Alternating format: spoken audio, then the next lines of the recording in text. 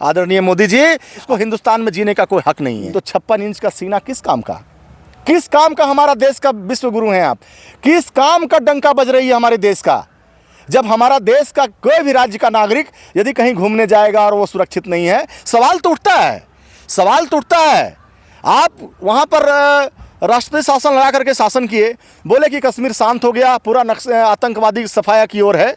तो आखिर ये 26-28 लोगों की हत्या आतंकवादियों ने कैसे कर दिया? उसको गोली मारा गया, उसमें हिंदू को भी मारा गया, मुसलमान को भी मारा गया। खून तो सबका लाले है, मरा तो इंसान ही है। इसको हिंदू और मुसलमान की चश्मे से हम नहीं देखना चाहेंगे, हम इंसानियत के चश्मे से देखना चाहेंगे। और जिन लोगों ने गोली चलाया है उस हमारे भाइयों और बहनों पर, उन लोगों पर गोली नहीं, उन लोगों पर आप तोप से उसको उड़ा दीजिए, ताकि उसके जिस्म के चिथड़े चिथड़े नजर नहीं आना चाहिए। उसके परिवार को अंतिम संस्कार के लिए चाहे मिट्टी में, कब्रिस्तान में, चाहे शमशान में उसको जलाने के लिए उसकी बोटी नहीं मिलनी चाहिए। ऐसी कार्रवाई हम आदरणीय प्रधानमंत्री मोदी जी से, भारत सरकार से मांग करते हैं कि जितना भी हमारा सुरक्षा एजेंसी, खुफिया एजेंसी है, खुला छूट दीजिए और एक बार उन लोगों को सबक सिखाइए। जब तक आप सबक नहीं सिखाएंगे, कश्मीर शांत नहीं होगा। रोड नली गली तो जीवन भर बनते रहेगा, अनाज मिलते रहेगा, स्मार्ट सिटी बनते रहेगा। जिस तरीके से जम्मू कश्मीर के पहलगाम में हमला हुआ, आतंकी हमला हुआ, जिसमें कई मासूम लोगों की जान चली गई, जिसमें 26 लोगों की मौत हुई और पता चला है कि कई लोग घायल भी हुए हैं, इसमें आप क्या कुछ कहिएगा?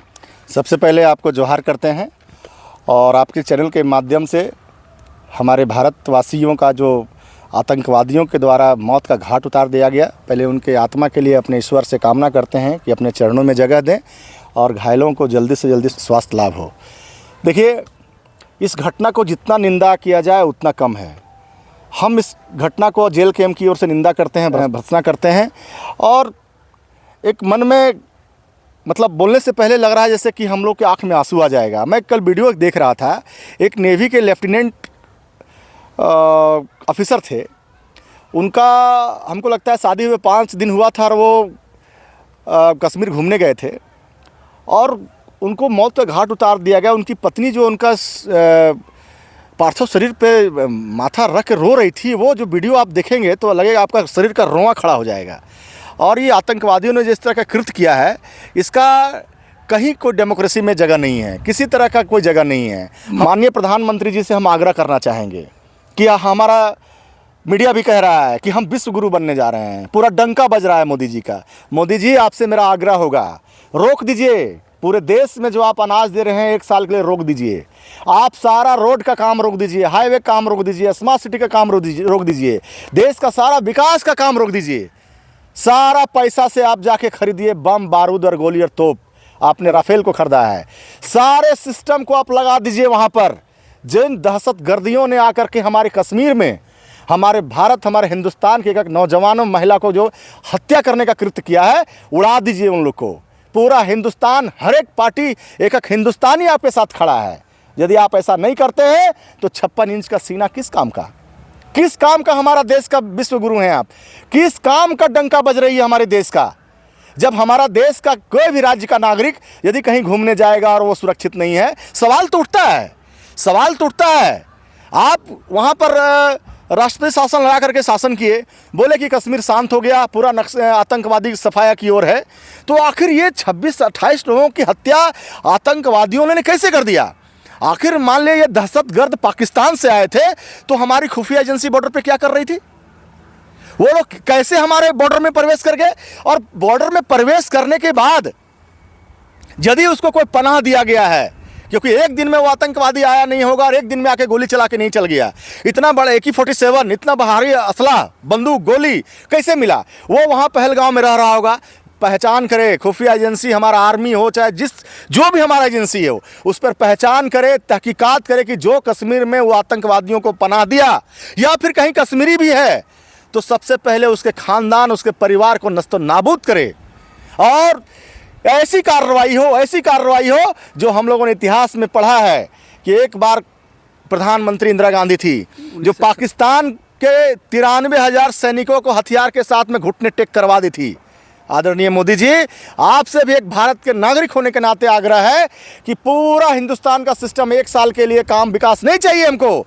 देश में शांति चाहिए और दहशतगर्दों को, उन लोगों का कब्र खुदवा दीजिए पाकिस्तान में, यदि पाकिस्तान का इसमें हाथ में है तो।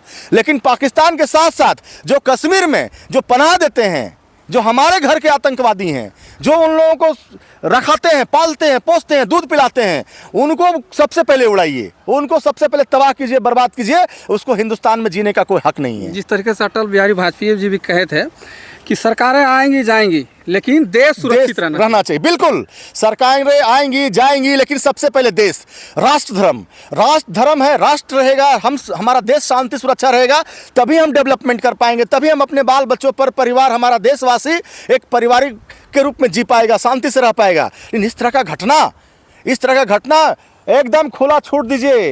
प्रधानमंत्री जी से आपके चैनल के माध्यम से हम कहना चाहेंगे कि हमारे जितने भी फोर्सेस हैं, केंद्रीय बल हैं, सुरक्षा बल हैं, स्टेट पुलिस भी ले जाना ले जाइए, बीएसएफ हो, आर्मी हो, नेवी हो, वायुसेना हो, पूरा खुला छूट दीजिए, सारे एजेंसियों खुला छूट दीजिए, जांच कराइए इसमें कि कहाँ गलतियां हुई हैं, उन लोगों पर ही कार्रवाई कीजिए। और कहीं पड़ोसी मुल्क पाकिस्तान का हाथ नजर आया तो एक बार सारा जितना आपका टैंक, जितना राफेल, जितना बम बारूद है उड़ा दीजिए, तिरंगा गाड़ दीजिए। अभी जिस तरीके से एक छोटा बच्चा है, जो घटना जहां हुआ था वहां पे एक बच्चा है जो कि बयान दे रहा है मीडिया के माध्यम से कि वहां पे जब आतंकी जब अटैक कर रहे थे उससे पहले उनके द्वारा ये बयान आया है कि जो हिंदू धर्म के लोग हैं वो अलग हो जाए, जो मुस्लिम धर्म के लोग अलग हो जाएं, यानी कि जाति नहीं पूछा गया, धर्म पूछ करके गोली मारा गया, अटैक किया गया। क्या कहिएगा? देखिए भैया, जिसको गोली मारा गया उसमें हिंदू को भी मारा गया, मुसलमान को भी मारा गया, खून तो सबका लाले है, मरा तो इंसान ही है। इसको हिंदू और मुसलमान के चश्मे से हम नहीं देखना चाहेंगे, हम इंसानियत के चश्मे से देखना चाहेंगे।